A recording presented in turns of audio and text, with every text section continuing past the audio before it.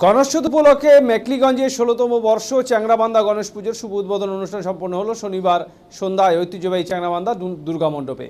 প্রদীপ প্রজ্বলনের মধ্য দিয়ে এবছরের পুজোর শুভ উদ্বোধন করেন মাথাভাঙার অতিরিক্ত পুলিশ সুপার সন্দীপ গড়াই।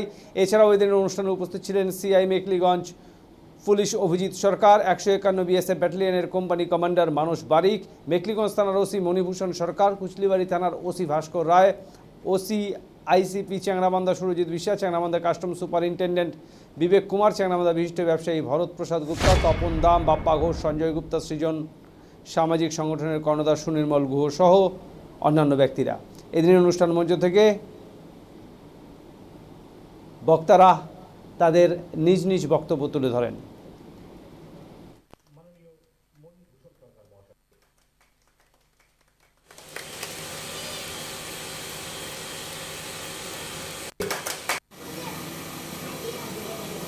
উপস্থিত সম্মানীয় অতিথিবৃন্দ এবং আমার সহকর্মীরা, তার সাথে এই পুজো কমিটির যারা আয়োজন করেছেন এবং সর্বোপরি চ্যাংরাবান্ধা নাগরিকবৃন্দ, আজকে এই অনুষ্ঠানে আজকের শুভতে উপস্থিত সম্মানীয়